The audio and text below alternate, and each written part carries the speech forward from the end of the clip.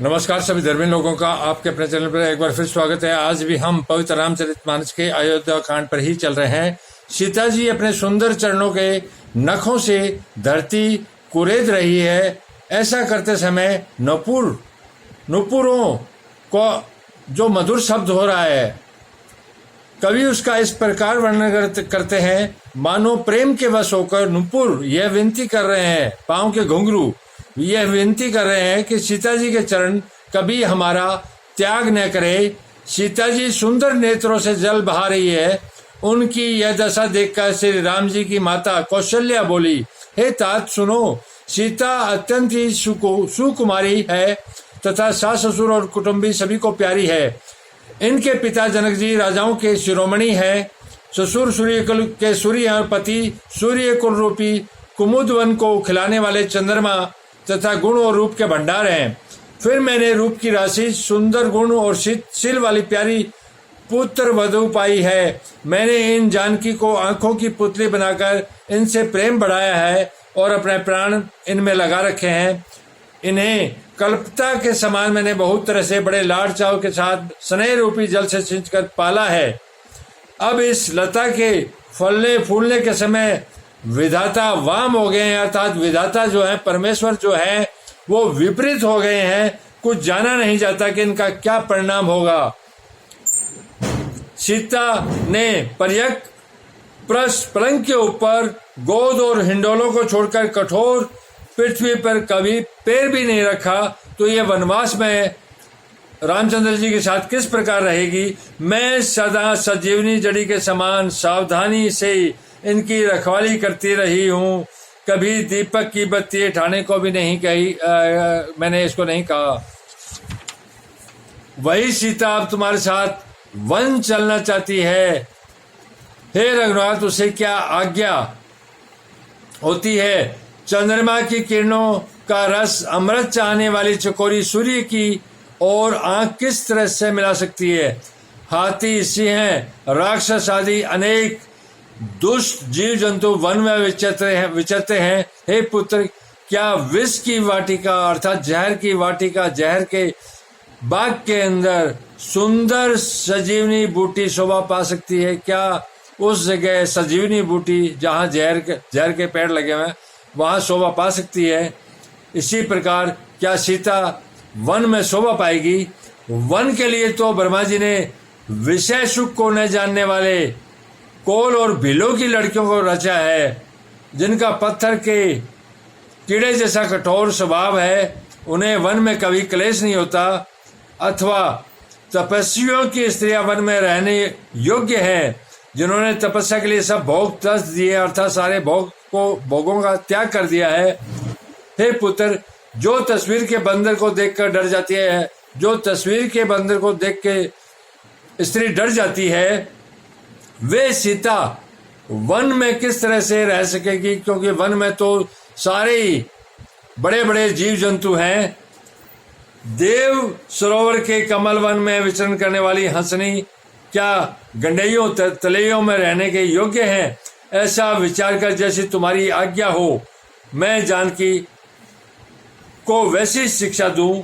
माता कहती है, यदि सीता घर में रहे तो मुझको बहुत सारा हो जाए। श्री रामचंद्र जी ने माता के प्रिय वाणी सुनकर, जो मानो शील और स्नेह रूपी अमृत से सनी हुई है, विवेक में प्रिय वचन कहकर माता को संतुष्ट किया। फिर वन के गुण दोष प्रकट करके वे जानकी को समझाने लगे। माता के सामने सीता जी से कुछ कहने में संकुचाते हैं, पर मन में यह समझकर कि यह समय ऐसा ही है, वे बोले, हे राजकुमारी, मेरा सिखावन सुनो, अर्थात मैं जो तुम्हें सुझाव दूं उसको सुनो। मन में कुछ दूसरी तरह के न समझ लेना। जो अपना और मेरा भला चाहती हो तो मेरा वचन मानकर घर रहो। हे भामिनी, मेरी आज्ञा का पालन करो। सास की सेवा बन पड़ेगी। घर रहने में सभी प्रकार से भलाई है। आदर पूर्वक सास ससुर के चरणों की पूजा सेवा करने से बढ़कर दूसरा कोई धर्म भी नहीं है। जब जब माता मुझे याद करेगी और प्रेम से व्याकुल होने के कारण उनकी बुद्धि भोली हो जाएगी, वे अपने आप को भूल जाएगी। हे सुंदरी, तब तब तुम कोमल वाणी से पुरानी कथाएं कह कहकर इन्हें समझाना। हे सुमुखी, मुझे सैकड़ों सौगंध है, मैं यह स्वभाव से ही कहता हूं कि मैं तुम्हें केवल माता के लिए ही घर पर रखता हूं, अर्थात माता की सेवा करने के लिए घर पर रखकर वनवास को चला जाना चाहता हूं। मेरी आज्ञा मानकर घर रहने से गुरु और वेद के द्वारा सम्मत धर्म के आचरण का फल तुम्हें बिना ही क्लेश में मिल जाता है। अगर तुम घर पर रहती हो तो तुम्हें जो वेदों में, शास्त्रों में जो धर्म दिया हुआ है, वो उसका जो फल है, अच्छा फल है, वो बिना क्लेश के, बिना संघर्ष के ही तुम्हें प्राप्त हो जाएगा। किंतु हट के वश होकर गालव मुनि और राजा नुहुस आदि सब ने संकट ही सहे हैं। हे सुमुखी, हे सवानी, सुनो, मैं भी पिता के वचन को सत्य करके शीघ्र ही लौट आऊंगा। दिन जाते देर नहीं लगती। हे सुंदरी, हमारी सीख सुनो। हे वामा, वामा का मतलब है वामांग भाग में बैठने वाली, क्योंकि स्त्री जो होती है वो पति का बायां अंग होती है।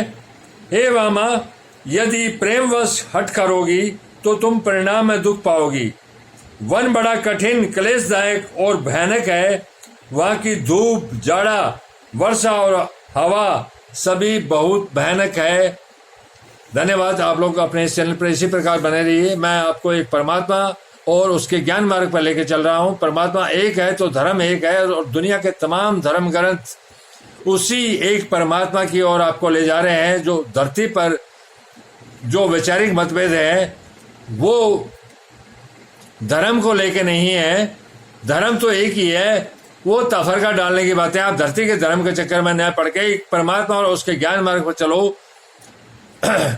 पवित्र रामचरितमानस, पवित्र कुरान, पवित्र बाइबल, तौरात, इंजिल, गुरु ग्रंथ साहिब, बौद्ध धर्म ग्रंथ, जैन धर्म ग्रंथ, इसके अलावा दुनिया के तमाम धर्म ग्रंथ जो अलग अलग समय पर नबियों पर परमात्मा के ज्ञान अवतरित हुआ है, वो सारा एक परमात्मा के ही ज्ञान है, किसी जाति विशेष या संप्रदाय विशेष का नहीं है। इसी पर चलते रहिए। इसी से आप इस अंधकार, इस अंधेरे संसार से आप बाहर निकल के परमात्मा के स्वर्ग राज्य के अधिकारी बनेंगे। धन्यवाद। शुभ रात्रि। कल फिर मिलेंगे।